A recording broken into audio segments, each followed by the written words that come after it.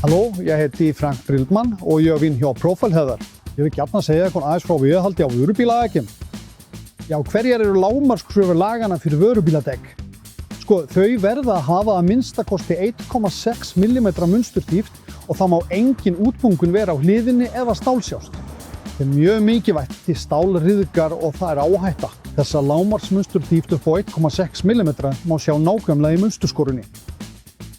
Til að vera á góðum og öruggum dekkjum er mikilvægt að ganga daglega einn hring í kringum ökutækið og fylgist sérstaklega með óeðlilegum hlutum sem þið sjáið. Með óeðlilegum hlutum má til dæmis vera bólur á hliðarveggnum, sem sagt útbunganir á það sem sumir kalla fingur. Kannið munsturþýftina og gætið þess sérstaklega að allir hjólabóltar séu á sínum stað. Það er skynsamlegt að athuga líka loftþrýstinginn í dekkjunum í hverri viku þegar gengið í kringum bílinn.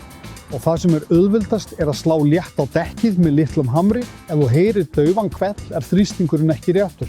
Ef það syngur í því, þá veistu að það nægur þrýstingur. Ertu í vafa um loftþrýstinginn og vilt athuga hann betur? Gerðu það þá eingöngu á verkstæði. Þegar þú athugar þetta, gáðu þú líka hvort þú sjái riðrákir á felgunni. Riðrákir þýða að hjólaboltinn gæti verið laus, svo passaðu að herða hjólarærnar. Ef þú sérð bolta eða nagla í dekkinu á leiðinni, taktu hann aldrei úr á miðri leið. Keyrðu fyrst á verkstæði. Það er mjög skýr regla ef að vantar meir en 2 pör. Keyrðu á verkstæði og láta athuga dekkið því þá er það öryggisspurning. Réttur vinnuþrýstingur fyrir þetta dekk er venjulega 9 pör.